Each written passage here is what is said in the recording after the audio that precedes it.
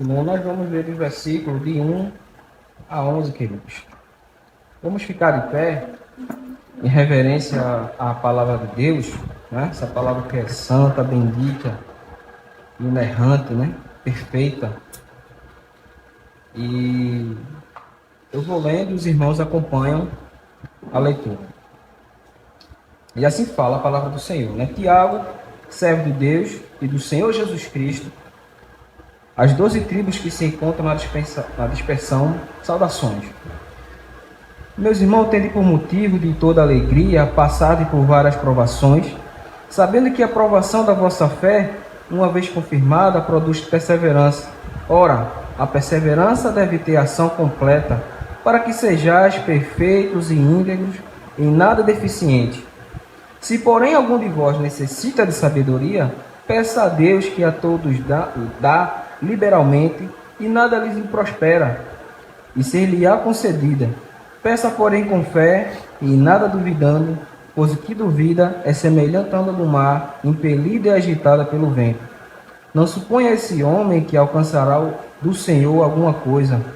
Homem de ânimo dobre, inconstante em todos os seus caminhos.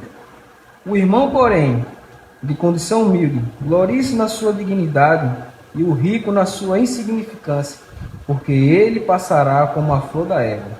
Porque o sol se levanta com seu ardente calor, e a erva seca, e sua flor cai, e desaparece a formosura do seu aspecto, assim também se murchará o rico em seus caminhos. Santo Eterno Deus Pai, te pedimos, ó Deus, que tu nos fale, ó Pai, da tua parte essa manhã. Que tu tome para si, Senhor Deus, a glória que é devida e a glória que é única exclusivamente tua, Pai. Fala aos nossos corações, ilumina nossas mentes, para a tua honra e para a tua glória. No nome do teu Filho Jesus Cristo, Pai. Amém. Pode sentar, queridos. Então, essa carta que nós vamos tentar fazer algumas observações da vida dos irmãos, né? Essa epístola que é uma epístola universal. Nós vamos tentar fazer aqui evidenciar para os irmãos alguns aspectos da vida dessa comunidade que Tiago se refere. E ele decide escrever essa carta, né? Que é considerada uma epístola geral, uma epístola católica no sentido de universal. Então, quando Tiago ele escreve essa carta, ele tem alguns propósitos em mente. Ele queria comunicar a esses irmãos certos princípios, né, que a palavra de Deus concede, né, no vislumbre de uma vida mais coerente com as Escrituras. E a primeira dificuldade, ou melhor, as dificuldades e provações que os irmãos estavam passando, né, no tempo que Tiago escreve essa carta. Então, ser cristão naquela época era uma questão bastante difícil. Né? O cristianismo já havia sido perseguido pelo judaísmo, e depois, consequentemente, o Império Romano assume essa perseguição. Então é muito duro você ter todo um Estado em cima de você, perseguindo você, né, pelo aquilo que você acredita, com todo o seu aparato, com todo o seu aparato bélico, né, militar. Você colocar o maior exército do mundo na época em cima de pessoas simples, em cima de pessoas, de sua maioria das vezes humildes, simplesmente pela prática da sua fé. E se declarar cristão colocava esses irmãos em risco, né? E eles estavam sempre em perseguição por se declararem seguidores de Jesus Cristo. E dentro do contexto social, os cristãos eram considerados ateus, né? Porque era comum as pessoas adorar vários deuses, ter várias práticas de culto. Cada cidade tinha um deus, né? A gente trazendo para o contexto de Deus um padroeiro, tinha um deus lá daquela cidade.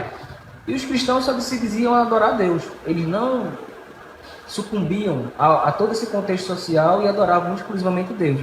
Então isso trazia uma consequência social muito grande para esses irmãos, que eram acusados de ser ateus, né, diante da conjuntura social da época. E na mente desses pagãos, a religião e o Estado estavam juntos. Então o rei, né, o imperador, que era César, era chamado de César, ele ocupava também o aspecto de Deus a ser adorado. Então se obedecia ao governo de César e se adorava César.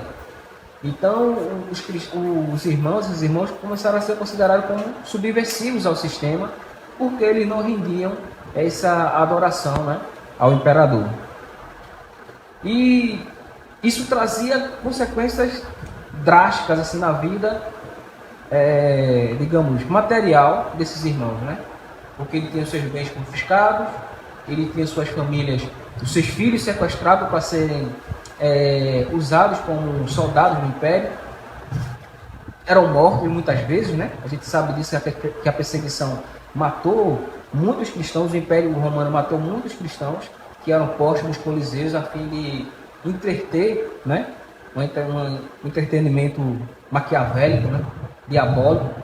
Mas aquela sociedade pedia isso e geralmente eles usavam criminosos, pessoas que tinham cometido crimes, escravos, né? Que tinham contraído dívida ou de outras nações que eram conquistadas por Roma, e essas pessoas eram colocadas, né, nesses antros, né, os coliseus. Não só tinha um coliseu que era o principal, mas tinha outros lugares onde existia esse tipo de entretenimento, e muitos cristãos, muitos irmãos nossos sucumbiram ali, tiveram sua vida ceifada mediante a essa prática, né? O livro de John Foxe mesmo, que é o livro dos Mártires, ele relata histórias surpreendentes assim em relação a esse tipo de abuso, esse tipo de violência que os nossos irmãos sofriam. Um caso particular era uma menina de 9 anos que ela foi colocada diante de um touro pesando quase 500 quilos, né? Meia tonelada. Então a história, a tradição conta que essa menina ela foi atingida tão violentamente por esse touro que as suas vísceras caíram na hora, né? Mas o que nos conforta era o testemunho das pessoas que viram o testemunho dessa menina, de que em nenhum momento ela titubeou, em nenhum momento ela tensionou negar a sua fé. Porque a gente sabe que isso não é humano, né? Uma menina de 9 anos, de 8 anos, não teria essa firmeza na sua própria condição. Era a graça de Deus sobre a vida dela, dando esse conforto, esse regozijo. E outro assunto que Tiago tenta colocar aqui para os irmãos é uma chamada coerência.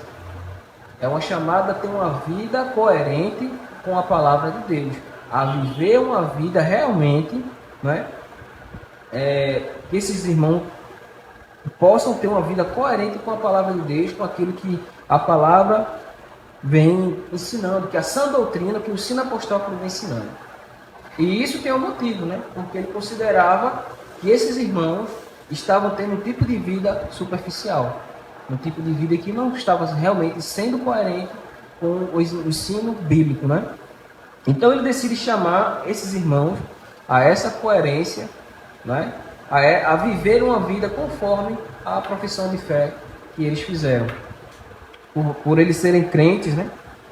E ouvirem sermões, trazendo para o nosso contexto aqui, o fato simplesmente de nós virmos à igreja, de carregarmos uma Bíblia, de termos uma prática religiosa em si, isso não testifica que nós vivemos uma vida coerente com as Sagradas Escrituras. Então, a primeira questão é, qual a motivação nós fazemos isso? E a maneira como nós fazemos isso? Existe uma evidência externa, de sermos ortodoxos, de sermos conforme a doutrina, e uma evidência interna, não é, que é dada pelo Espírito Santo. Então, a chamada de Tiago aqui, queridos, é que eles deveriam viver um cristianismo em termos práticos. Viver coerente com a palavra de Deus, né, em termos práticos.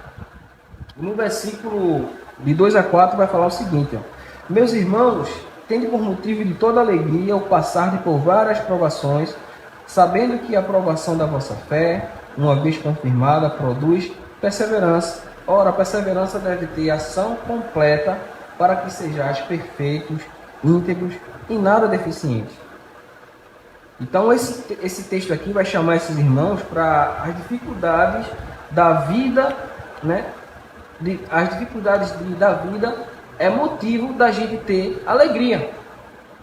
Então, parece contra-intuitivo, né? Parece um contrassenso. Como é que eu posso estar numa situação difícil? Como é que eu posso estar diante de uma situação adversa e me alegrar nisso?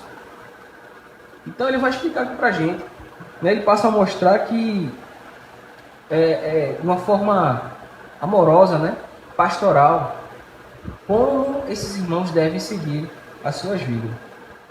Isso parece loucura, né? Encontrar alegria no sofrimento. Então Tiago diz que aqueles crentes, aqueles irmãos, eles deveriam considerar uma expressão que a nossa tradução no português, que ela não capta muito bem, que é chamada alegria absoluta, alegria plena. Não é? No original é assim que está lá. E é claro que Tiago não está dizendo que quando a gente está passando por um momento difícil, para a gente dizer que não dói, para a gente não dizer que está sofrendo, para a gente não reconhecer que o momento é difícil. Não é isso que ele está falando. E o que ele está querendo colocar para os irmãos aqui é que devemos observar essas provações, esses momentos difíceis que nós passamos em nossa vida, né, como instrumento de Deus para que a gente cresça. E é muito importante salientar isso, porque não é um ensino complexo, não é um ensino difícil de entender, mas a aplicabilidade dele é difícil. O fato de ser difícil não quer dizer que nós não devemos fazer. Não é? É lá, naquele momento de tribulação, naquele momento de provação, que Deus nos está dando a oportunidade de crescermos como cristãos, que Deus está moldando o nosso caráter, porque Ele quer ensinar o quê? Dependência.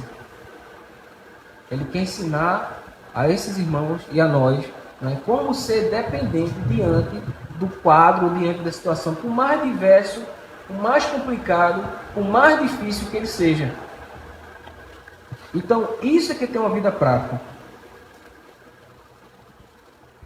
Né?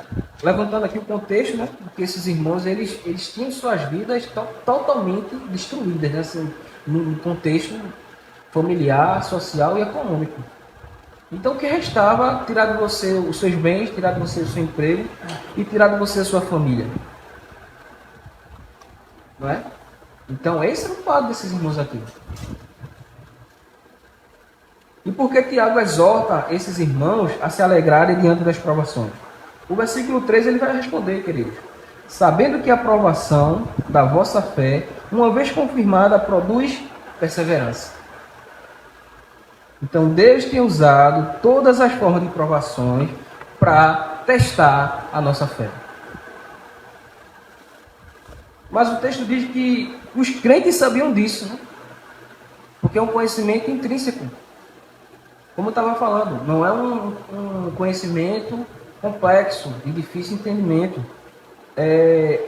Aqui traz a ideia do conhecimento que ele jamais para de conhecer. Então, o fato de nós sermos crentes, o fato de termos o Espírito Santo em nós, já traz implícito essa ideia de que o sofrimento produz perseverança. Então, se você tem o Espírito Santo na sua vida, se você é um convertido, intrinsecamente, você já sabe que que essa situação de provação vai trazer para você sofrimento. E que dentro do sofrimento você vai produzir perseverança. Né? De sermos gradualmente moldados. Então, Tiago aqui diz que esses ouvintes da sua carta, eles sabiam que o alvo daquelas lutas, daquelas provações, tem sido sempre fortalecer, confirmar a fé, né? Mas também de gerar o quê? Perseverança na vida cristã. Gerar perseverança. Então, o propósito final de Deus aqui, com essas provações, é a perfeição, aperfeiçoar os irmãos. É dar os subsídios, né? E dar as ferramentas necessárias para quê?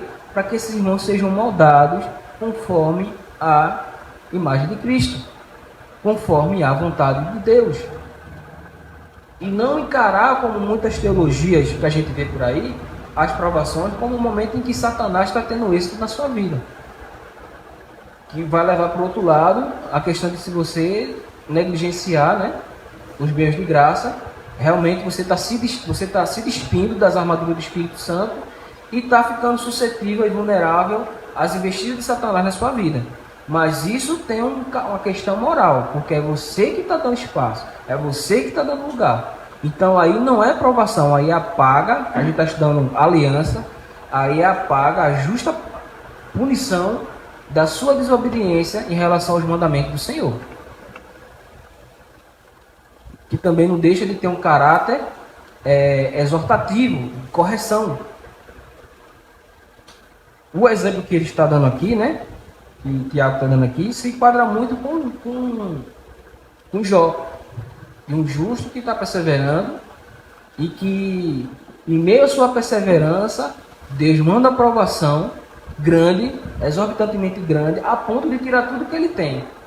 Seus bens, sua família, né? E de só restar a fé dele. Então, quando Deus restaura tudo, a fé, né, vem maior. E a grande graça que nós temos hoje é a percepção teológica disso. Porque Jó não tinha esse conhecimento que nós temos hoje da palavra de Deus. Então isso nos dá um vislumbre muito maior do que ele tinha. Uma percepção muito maior, né, da que ele naquele tempo. Que antes ele falava que antes eu sabia só de ouvir falar. Agora eu sei. E nós temos esse entendimento, né? Graças a esses irmãos do passado aí, que passaram por essas situações, e nós temos o privilégio de saber que essas provações vão produzir essa perseverança. E a perseverança, uma gradação maior na caminhada da fé. Então Tiago escreve para encorajar esses irmãos na fé durante tempos difíceis que eles estavam vivendo. E ele não diz, né, se você enfrentar provações, mas ele fala quando você enfrentar provações. É uma questão, é uma certeza de que nós, né, como cristãos que somos, nós vamos passar por provações. Porque provações nada mais é, querido, do que um instrumento de Deus para moldar o nosso caráter. Se o nosso Senhor passou por provações, por que nós não vamos passar? Se nós queremos ser moldados à imagem e semelhança de Cristo, por que nós vamos ter uma trajetória diferente? Então o cristianismo não é uma chamada para ser abençoado no sentido material, ou ter uma vida próspera, né? Deus pode até lhe abençoar com a vida próspera. Que graça, né, glorificado seja o nome dele por isso. Mas o que ele dá a um, necessariamente ele vai dar a outros. E não é isso que vai caracterizar a sua fé. Então é isso que Tiago está querendo expor e levantar aqui para esses irmãos, né? Então a questão aqui não é fingir ser feliz quando enfrentamos a dor, mas de ter uma perspectiva positiva. Não é? Então Deus, eu errei. A primeira questão do crente diante da aprovação é o quê? Em que eu estou negligenciando a lei do Senhor? O autoexame, o coração penitente. Em que, Senhor? Mergulhar seu joelho, ficar no chão lá e pedir ao Senhor, em que, Senhor, eu tenho negligenciado a tua lei? Em que, Senhor, eu tenho negligenciado a tua palavra? Então, depois do autoexame, daquilo da sua vida, da sua introspecção, do coração contrito diante de Deus, não é? Fazendo uma análise realmente honesta, não perante o que você acha, não perante o que eu acho, mas perante a palavra de Deus. Depois você se esquadrinhar o seu coração, mediante a palavra de Deus, não é? Aí você vai ver se realmente o que você está passando é uma aprovação ou é uma paga diante da negligência da lei do Senhor. Então não estou negligenciando o aspecto mandato social, cultural, espiritual, está em ordem, está em ordem. Então vamos ver se isso, vamos perseverar nessa prova que Deus está me dando. Porque quando eu sair dela, eu vou estar num patamar em relação à minha fé maior.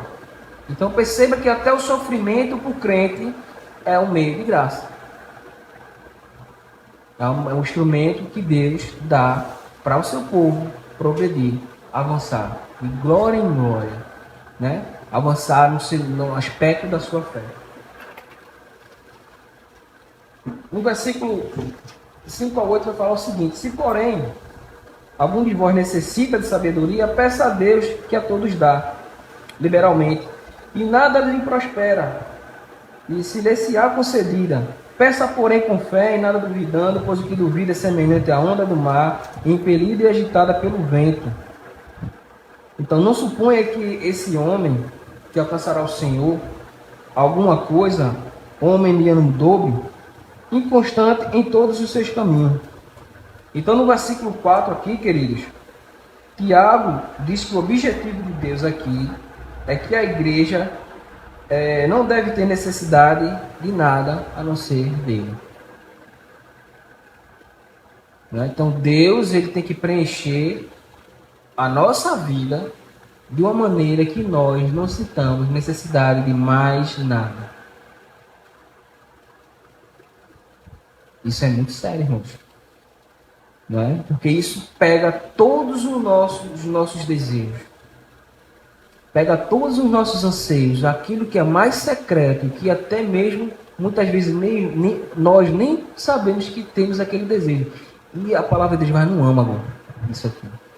Todos os seus anseios, todos os seus desejos, todas as suas necessidades, eles têm que ser direcionados a Deus. Mas como assim, irmão Daniel? Nós vamos deixar de trabalhar? Nós vamos deixar de estudar? Nós vamos abdicar da família? Não, querido. É justamente isso que Deus está dizendo. Não, em tudo que vocês façam, o Tiago está dizendo aqui, seja no ambiente familiar, né? Mandato o quê? Social. Seja no ambiente da igreja, né? Que é o ambiente, mandato religioso, né? E seja no questão da mandato cultural, que é o desenvolvimento do nosso trabalho, tudo tem que convergir para a glória de Deus. Deus não está dizendo aqui, o Tiago está expondo que nós devemos ficar restritos a um local e nos isolarmos lá e ficar isolado do mundo e viver só fazendo culto de teologia. Não.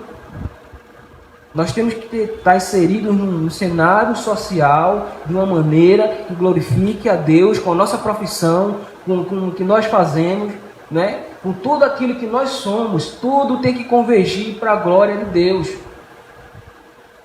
Tudo tem que ser voltado para a glória dele. Então, se eu perdi o meu emprego, glória a Deus por isso, porque Deus tem um propósito para isso. Se algum parente falece, glória a Deus por isso, irmão. Eu posso não entender, eu posso não saber o motivo, né, no primeiro momento do sofrimento, do luto, então eu posso não entender, mas eu sei que aquilo tem um propósito, a qual Deus quer usar aquilo de uma maneira e qual isso vai transformar a minha vida. E qual Deus vai trazer aquele momento ali para a sua glória. Então, é esse ensinamento, queridos. É isso que Tiago está querendo falar para esses irmãos aqui. No versículo 5 ele mostra como se deve fazer isso, né? Ele vai dar uma condicional aqui na nossa língua portuguesa. E nós sabemos que a partícula se, ela expressa a possibilidade, né? Mas não é isso que ele está querendo dizer aqui, querido. O que Tiago está dizendo aqui é que estes crentes aqui, esses irmãos, eles não estão agindo com sabedoria. Isto porque não pediram a Deus, né? Eles não estão usando sabedoria porque não pediram a Deus. Não é uma condicional. Então, o português ele não capta bem a ideia aqui. É um resultado, não é uma condição, é um resultado.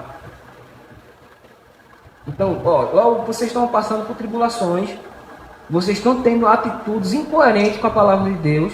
Não é se, não, vocês estão tendo atitude incoerente com a palavra de Deus, logo vocês estão sendo o quê? Insensatos. E muitas vezes nós fazemos isso, né? Não, porque eu estava desesperado, não, porque eu estava no momento... Meu irmão, o que a palavra de Deus está dizendo é o seguinte, ó, nesse momento, não sabe o que fazer não, ajoelha e ora. Vai pedir a Deus entendimento, vai pedir a Deus discernimento, para que ação, qual a melhor ação, o que eu devo fazer naquele momento ali. A gente age no calor da emoção, a gente age no calor da situação, a gente age empurrado por outras pessoas e esquece de agir movido por Deus. de se colocar justamente nessa hora, irmãos, que a gente passa, aquela hora difícil, que eu sei que cada um de nós aqui passou, é naquela hora complicada ali que nós devemos reconhecer que Deus realmente é Deus nas nossas vidas. Isso é se ajoelhar e dizer: Senhor, se não for tu, quem vai ser, Senhor? O que vai ser de mim sem ti, Senhor? De colocar e derramar seu coração e dizer: Senhor, não posso sem ti, nada eu posso fazer sem ti, Senhor. Venha a mim, senão eu não tenho como me sustentar. E ele escuta, irmão. A palavra de Deus tem garantido isso. O próprio Tiago aqui nos garante isso. Não é? O próprio Espírito Santo está nos garantindo isso através da sua palavra. De que nesse momento de aflição, nesse momento difícil, Deus irá nos socorrer. Irá confortar o nosso coração. E irá derramar um bálsamo, não é? Nas nossas vidas, diante daquela situação difícil, que humanamente é tão complicado de superar, né? Ao exemplo daquela menina, quando eu usei aqui a ilustração da menina de 9 anos diante da morte, e Deus pediu a sua morte, e ela teve digamos, o desprendimento, né? A coerência de ter uma vida realmente não abdicar de Deus, não abdicar de Cristo ali naquela situação. Então é esse tipo de vida que somos impelidos a ter, queridos. Então esses irmãos, eles não estão agindo com sabedoria, né? Porque não pediram essa devida sabedoria a Deus. E Tiago volta e relembra, né? Que a falta de sabedoria é uma das razões pelas quais nós tomamos decisões as mesmas aprovações. É como a gente deve fazer, né? Essa questão de estar consciente disso e, em meio a isso, buscarmos a Deus. E Tiago deixa implícito que Deus é a fonte de toda sabedoria. Então, Deus é a fonte de sabedoria. Eu só vou saber o que fazer adequadamente se eu me submeter a Deus. Como? Leia a palavra, né? Leia a Bíblia, aquilo que a Bíblia expressa, não mais a Bíblia em relação a um caso concreto, específico, a Bíblia não vai falar, mas ela vai fornecer princípios, irmão. Ela vai fornecer diretrizes, e dentro daquela diretriz, dentro daquele princípio bíblico, nós vamos orar, né? O Espírito Santo vai nos confortar e vai nos dar tranquilidade diante dessa situação que nós estamos enfrentando. E ele fundamenta isso em duas verdades. Todo esse quadro que eu descrevi até agora, né? Tiago vai fundamentar isso em duas verdades. Primeiro é que Deus dá esta sabedoria liberalmente, né? A ideia é que Deus derrama de forma abundante, não é?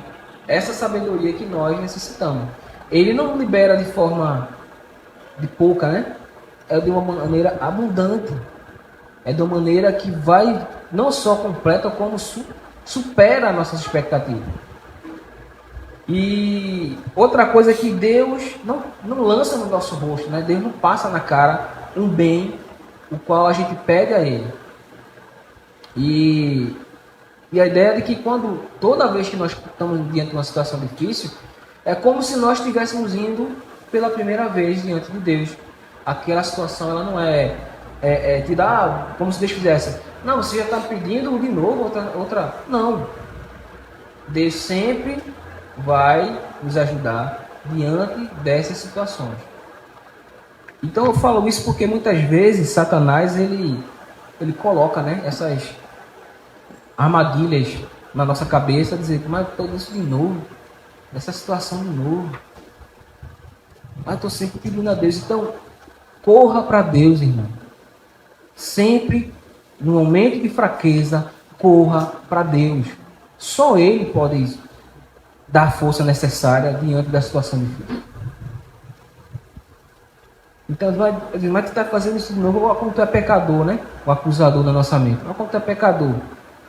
A gente muitas vezes se sente sujo, se sente constrangido e em direção a Deus. E a palavra demanda que a gente faça o quê? Confesse o nosso pecado, se for o caso. Restitua, né? Se nós ferimos alguém.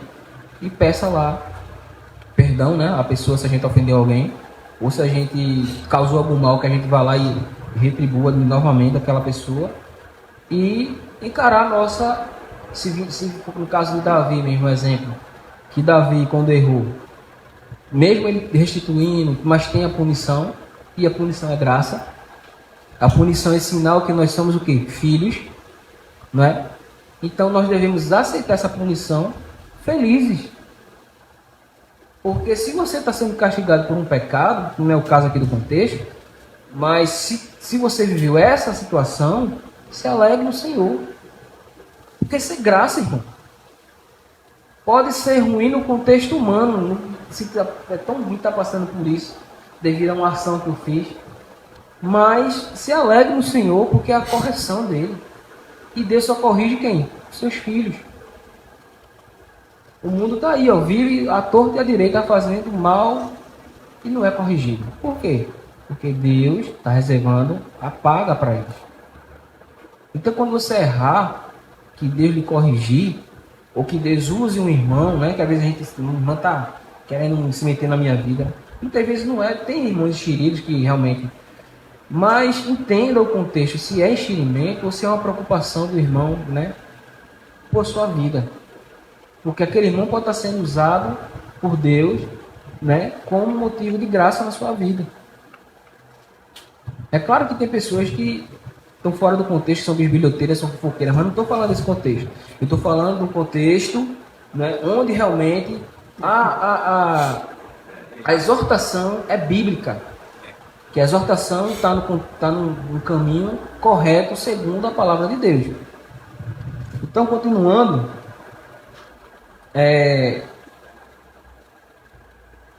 esse pedido deve ter, de oração, né, de sabedoria, ele deve ter algumas condições. Deve ser pedido com fé, né, afirme confiança, que o versículo 6 fala, né? Peça, porém, com fé, em nada duvidando, pois o que duvida é semelhante à onda do mar, impelida e agitada pelo vento. Pois o homem que aqui está descrito, a pessoa que está aqui descrita, é semelhante à onda do mar, né? Conduzida pelas ondas, e a ideia aqui de que é o homem que duvida. Pede a Deus, mas duvida. Então, vou orar, né? Já que estou aqui mesmo, vou orar e vai que Deus atende. Vai que Deus atende. Deus está garantindo. É garantir, irmão. Então Deus não é o homem para ser mentiroso. Ele garante.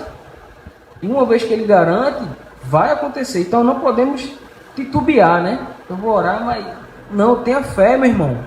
Quando você chegar diante de Deus e estiver diante de uma situação complicada, tenha fé que Deus vai lhe escutar. Não duvide. Então a pessoa de duas almas, no versículo 8, é a figura da inconstância desse homem, né? Que ele sabe para onde vai.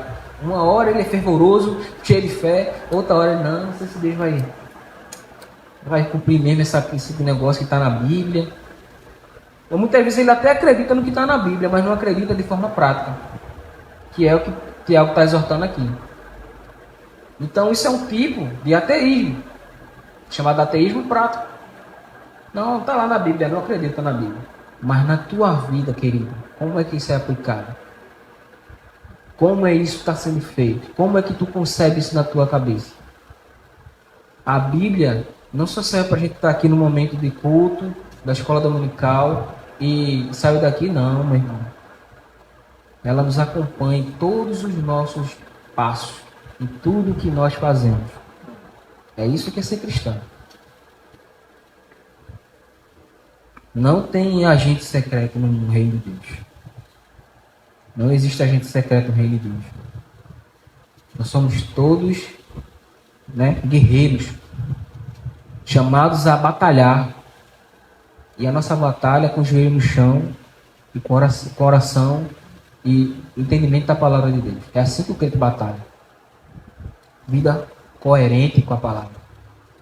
E é essa exortação que Tiago tem chamado esses irmãos aqui, né? E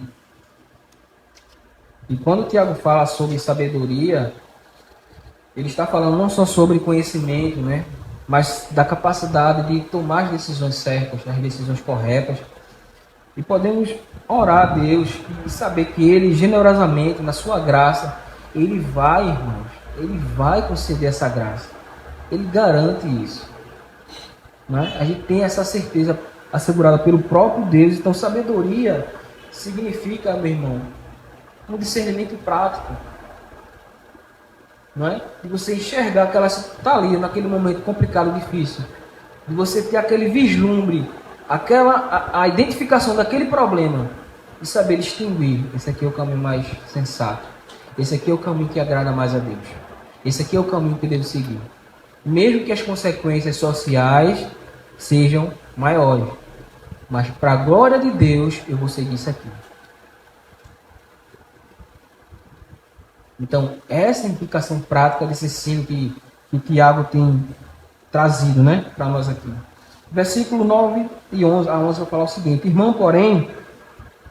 irmão, porém, de condição humilde, glorie-se na sua dignidade, e o rico na sua insignificância, porque ele passará como a flor da erva, porque o sol se levanta com seu ardente calor, e a erva seca, e a sua flor cai, e desaparece a formosura do seu aspecto. Assim também murchará o rico e os seus caminhos. Então, aos irmãos pobres, né, que são uma grande maioria, esses irmãos, eles são tentados a invejarem os bens daqueles irmãos mais abastados. Né? E não só dos irmãos, mas do mundo em si. Como a gente lembra do Salmo 73, Salmo de Asaf, né? Quando ele está em caminho a um templo, ele observa os ímpios prosperando entre aspas, né? Porque, na verdade, aquela vida próspera dos ímpios nada mais é do que Deus colocando eles em quê? Em lugares escorregadios. Colocando eles, né? Armando o arco, seu rosto para saltar. Então, os filhos de Deus, eles têm que ter essa noção. Aqueles que são têm que ter essa concepção. A igreja, em sua grande maioria, ela nunca foi rica. Né? Sempre foram pessoas pobres e que tiveram em Deus o seu maior bem. Então esse é o maior bem da igreja. É seu Deus. Não é? O maior bem da igreja é Cristo. Esse é o nosso maior bem. É isso que nós devemos nos gloriar. É isso que o apóstolo Paulo fala, né? Devemos nos gloriar em Cristo. Não nos nossos bens, no que nós temos. Não é errado ter bens. Não é isso que ele está dizendo. Mas se Deus não lhe concedeu bem, meu irmão, viva para a glória dele. Se Deus lhe concedeu, viva para a glória dele também. Não é? E ser pobre, que ele está querendo colocar aqui, nós precisamos entender que Deus, ele faz o que ele quer, né? Ele distribui da maneira que ele quer. E lembrando que a questão dos bens está ligando ao mandato cultural. Então, se você desenvolver bem seu mandato cultural, consequentemente você vai ser abençoado. E a gente está estudando a aliança, o mandato cultural lá com Adão, está no aspecto da graça comum. Então, se o ímpio também ele correr atrás, batalhar, estudar, ele vai ser abençoado. E o crente também. Então, a graça comum está acessível para crentes e não crentes, para o justo e para o injusto. O sol está aí para ímpios, né, para justos e injustos. Então, o aspecto da graça comum, ele abarca todo mundo. Então, os ricos deste mundo, Tiago relembra aos ricos deste mundo que eles são passageiros, a sua riqueza ela é uma coisa estável, né? É como uma flor que é tão bela, mas pela manhã ela vai, aquela formosura murcha. E aos irmãos que são abastados, têm bens, ele está querendo dizer o seguinte, ó: não se baseiem nos seus bens. Porque quem tem uma certa condição, assim como aqueles que não têm uma vida humilde, de olhar para quem tem uma certa condição tem digamos, a predisposição de condicionar a sua vida àquilo que tem. Seja no emprego, seja numa casa, seja num qualquer bem que seja. Então, se eu tiver aqueles bens, a minha vida tá ok. A partir do momento que perdi um bem, perdi um carro, aí não vai estar, minha vida vai. Então, esse é uma de duas almas, né? Se ele tem o que ele quer, tá tudo ok. Se ele não tem o que ele quer, então já começa a ficar ruim. Não, irmão. Os irmãos abastados não podem ter esse tipo de pensamento, né? Porque a expectativa do juiz aqui é clara, e confiar na sua conta bancária, né? Então não podemos ter esse vislumbre, porque se nós temos é graça de Deus, se nós não temos é graça de Deus também, e temos que ser gratos a Ele. Ele não me prometeu vida fácil, né? Um cristianismo de vida fácil não existe. Um cristianismo que prega que nós devemos ter uma vida próspera, né? Teologia da prosperidade aí, que está para ir para comprovar isso, é uma teologia falsa. É uma teologia que não é evangélica. O evangelho não prega isso. E você tem que ter uma vida próspera. Você tem uma vida próspera se Deus quiser dar a você. E se você obedecer o mandato cultural. Aí sim você tem. Não quer dizer que os irmãos não tenham, também não estão obedecendo o mandato cultural. Não é? Trata-se da graça de Deus mesmo em si. E não é isso que vai direcionar a sua vida, meu irmão e minha irmã. O fato de você ter ou não ter dinheiro, isso é irrisório no reino de Deus. Porque o Deus do qual nós servimos é dono de tudo. Tudo é dele. Tudo é para ele. Tudo é por ele. Então, nosso maior bem, meu irmão e minha irmã, o nosso maior bem é Cristo. É o nosso Senhor. E é isso que Tiago está exortando esses irmãos aqui. Dizer, vivam, irmão, uma vida coerente com a palavra de Deus. Vivam para Cristo, para a glória dele. Vivam por ele, né? De uma maneira que a vida de vocês ateste quem vocês são, que vocês são carimbados com o Espírito Santo. Então vivam a vida seguida por ele. Quer vocês tenham dinheiro, quer vocês tenham provação, quer vocês não tenham dinheiro, não importa, querido. O contexto social, né? O contexto político, não importa. Nós devemos viver direcionado para a glória dele, para que ele seja, para que nós sejamos motivo dos homens darem glória a ele. Não é? É para isso que nós vivemos como crentes. Então, já terminando, querido, quero fazer algumas aplicações rápidas, né? Que, primeiro, mesmo diante de algumas adversas situações, nós não podemos nos desesperar. Porque nós temos o garantidor de que ele irá, né, se for a vontade dele, resolver a questão, resolver a situação. E muitas vezes resolver a situação é nós morrermos. Né? Lembra lá da menininha de 8 anos, foi martirizada. Então nós temos que ter conforto com a morte, irmão, também. Se essa for a vontade de Deus. A cruz, sabe o que quer dizer aquela cruz ali? Quer dizer morte. Nós somos chamados para morrer todos os dias. Seja de forma a você se desprender daquilo que lhe impede de servir a Deus, né? De você se livrar daquilo não, eu quero focar o reino de Deus, eu quero glorificar o reino de Deus com o meu trabalho, eu quero glorificar o reino de Deus com a minha vida, eu quero glorificar o reino de Deus sendo marido, sendo esposa, sendo filho, sendo aluno, né? Sendo um professor. Tudo que eu faço eu quero glorificar a Deus. Não é querer ser melhor do que os outros, mas querer colocar aquilo de uma forma que Deus seja glorificado naquilo.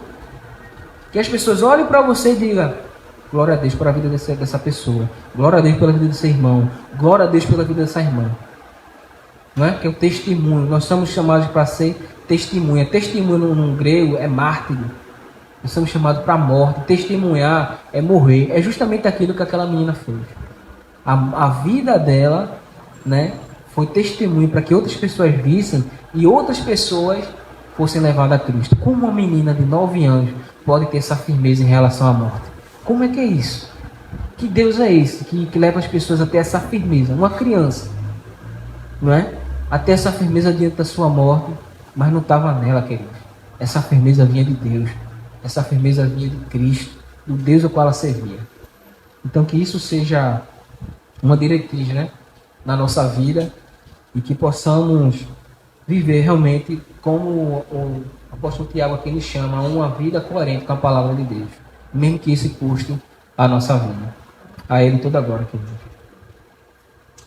2 minutinhos.